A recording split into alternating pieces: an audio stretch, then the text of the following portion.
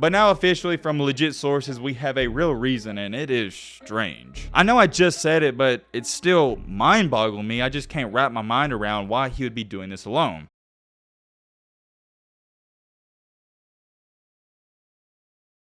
We got not one but two major topics to talk about and go over in this video. One of those being Spencer Webb, RIP. The reason for his passing away, it has officially been released, and let's just say, it is a very strange reason. I can honestly say I've never heard of someone passing away from something like he did. Like I said, we're going to talk all about that, but we also got to talk about CJ Stroud, the quarterback for Ohio State. Well, now that I think about it, it's not just going to be CJ Stroud, but some other quarterbacks, but mainly CJ. All in all, there is so much we got to talk about, and we haven't made a college football video on the channel in a while, so drop a like for that. If you're new to the channel, we're also on the road to 300K. There is so many of you watching right now, you're simply not subscribed, so go down there, help us out. If you like football content, I think you enjoy this channel. Get you a snack, get you some popcorn, get you a drink. It's going to be a good one. And now, without further ado, let's get into it. Whoa. Hold on. Somebody sent me this and they said, Matt, I know it's not football related, but you got to react to this in one of your videos. I haven't seen it. It's a TikTok, so Matt wrote a clip. Alright, y'all, let's check this out. I'm not going to lie, this better be funny because since I'm reacting to it, I'm throwing it in the video. So if you waste my time, you're not wasting my time. You're wasting everybody else's time. Matt wrote a clip. Put a finger down challenge, real ass motherfucker edition. Matt, let's bleep get that it. out. Put a finger down if you begin hella hoes. That's me. He said, that's me. Put that's a finger me. down if you begin hella money. That's me again. Put a finger down. He said, that's me again. That's me. Put a finger down if you begin hella money. That's me again. Put a finger down if you just be loving them thick, fat booty Latina bitches. Put a finger down if no matter where you are, what time it is, where you at, if your man needs you to fuck the fat bitch on a 2-man gig, you gonna do it. Put a finger down, lastly, if you never let the ops catch you lacking. Big facts. Never can let the ops catch me lacking. That was probably the most random video. All right, Matt, let's get back on with a real video. Okay, I know that wasn't sports related, but I definitely could say it. I think we can all agree that was worth the watch. Now that we've got that out of the way, let's get serious, let's get down to business, and we got to talk about some college football. I got to say, the college football world has been really, and I mean really quiet over the past week or two. And it's kind of strange if you think about it, because college football is coming up in what?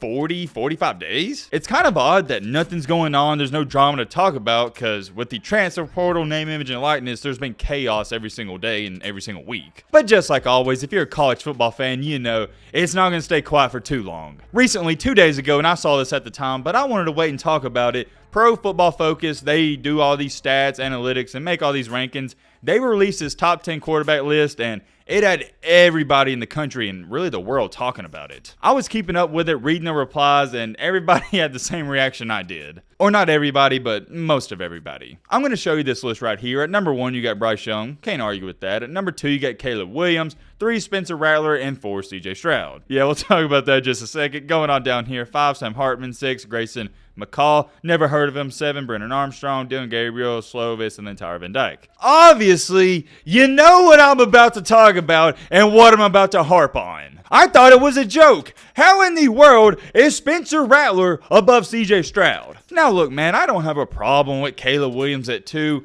That don't bother me. If you'd have had Caleb Williams 2 and CJ Stroud 3, A-okay, wouldn't even talked about it, and I don't think anybody else would have talked about it. And in all honesty, I think people make these lists just to piss off other people and get people to like, talk about it and comment and do all that nice stuff. What in the world is the justification of putting Spencer Rattler above CJ Stroud? And I also know many people that would have CJ above Bryce Young at number 1. That's completely fine with me. You know, everybody's got their own personal preference. I think CJ and Bryce, they're 1A, 1B. I think if you put CJ Stroud in an Alabama uniform, he'd be successful. And I think if you put Bryce Young in an Ohio State uniform, he'd also be successful. They're 1A, 1B. If you watch college football, you know both these guys. You can make a case for the number 1 spot. But after that number 1 spot, I would say there is not a large gap, but there is a somewhat a slight gap. After Young and Stroud, you do have that gap where I think everybody would say, okay, you got to plug in Caleb Williams. He's behind those two. And you also got to take into account the guy number 10, Tyler Van Dyke. Many people like him, and just from what I've seen in practice, I like him as well, but That's practice. I gotta see how he does in the games, man. The biggest concern with this list and the mind-boggling, head-scratching, whatever you want to call it, is Rattler at 3. It doesn't make any sense. CJ Stroud had an incredible year last year, almost won the dang Heisman. Meanwhile, Spencer Rattler had a not-so-great year, and he got benched. So how do you even justify putting Rattler above Stroud? Like I said, I think this is a complete joke, and whoever made this list, they did it to get clicks and views. You may disagree with many things I say on this channel, and everyone in the comment section, y'all may fight here and there. I don't agree with your stuff, you don't agree with mine, and blah, blah, blah, blah. However, with that being said, I think we can all come together and say, there's no way in heck that Rattler should be above CJ Stroud. You know what, as a matter of fact, let's go down to the favorite part of the video. A lot of you like this. Let's check out some of the comments. This person said, the fact y'all think Spencer Rattler didn't work in Lincoln Riley's system and then will all of a sudden ball out at South Carolina tells me everything I need to know. And that got 200 likes. That's what I'm saying. Lincoln Riley, you may not like him, but he's a quarterback guru. If you can't succeed in his system, what makes you think Spencer Rattler is going to succeed anywhere else, especially South Carolina, with all respect due? I just don't understand that. Now, I think Rattler is going to have an A-OK year, but it's not like going to South Carolina, it's a major upgrade. I get it. A lot of you don't like Lincoln Riley. He may have snaked over Oklahoma, whatever, but he is a quarterback mastermind. He's built for quarterbacks. Was Baker Mayfield, Kyler Murray, Jalen Hurts, Caleb Williams, all great players before they got to Lincoln Riley? Yes. But I hate how people use that argument and say all those guys, they were good before he got to Riley and try to discredit what he did with them. We've seen it time after time. I'm going to bring it up. Kirby Smart's. Just because you get a 5-star quarterback doesn't mean he's going to immediately succeed. You got to have the right system. I don't have too much more to say about that list. It is very odd to say the least. I am curious. Let me know your comments on that down below. I said let me know your comments. Drop your comments on that down below. My bad, my bad. But anyways, moving on to another topic, the other main topic of this video, and it is a sad topic. Mr. Spencer Webb. Before we go any farther, I do want to get this out there. My thoughts and prayers are sent out to his family. It is a terrible situation. Although I didn't know Spencer personally, if you're a real sports fan, whether it's college football, basketball, NFL, you know anytime someone passes in whatever league you root for, it's sad. It really is sad, and some of your friends, they may not get it. They're like, oh, well, why do you feel bad about it? You didn't know them, and you just got to be a fan of these leagues to understand it. Anytime one of these players passes in college football, and that's what we love on this channel, it's a terrible thing, and I can't emphasize that enough. Ever since Mr. Spencer Webb has passed away, I've had so many of you guys DM me on Twitter, Instagram, at me and say, yo, Matt, you got to make a video on it because I want to know what happened. I've seen that with a lot of people. They don't know what's happened, and I was kind of curious myself,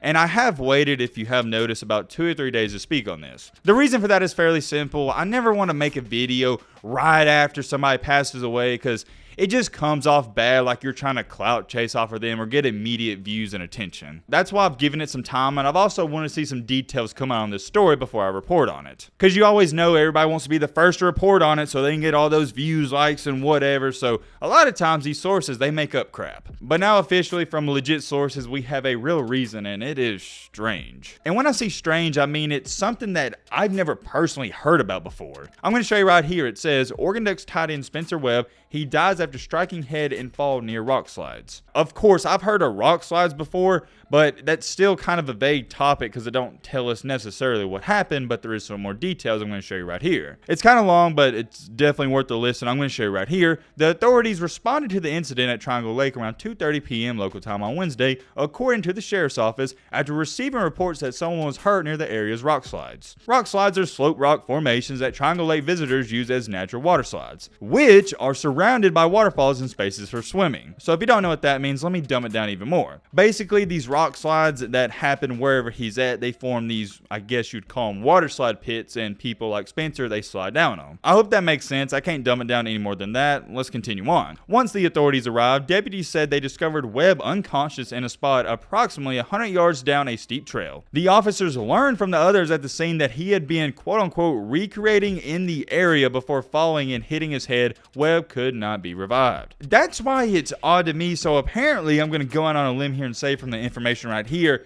I guess that Spencer, he was alone because nobody reported on this. It took some random people to call the office. Nobody was by his side when it happened. Whenever they came, he was all by himself. Maybe I could be misinformed by that, but that's what I'm getting from this article. That's why it's kind of strange to me, because I'm sure some of you do this. We all do dangerous stuff, But normally when I'm going to do something dangerous, I got my friends with me in case something goes wrong. For example, if there's like a 100-foot cliff, I'm not going to jump off it by myself. I'm going to make sure some people are with me. So if he was alone, that's why it's kind of weird to me, I guess I could say, as to why he would be doing this stuff, because it is dangerous. The sheriff's office did confirm that it is an apparent accident and they haven't found any evidence of foul play. And that right there, ladies and gentlemen, is the up-to-date on the situation and what really happened. I know I just said it, but it's still mind-boggling me. I just can't wrap my mind around why he would be doing this alone. The thing that we don't know, or I don't know, is how dangerous were these slides that he was going down. Because normally as a human, you can tell what you think is dangerous and what isn't. Maybe he thought it wasn't going to be a big deal and,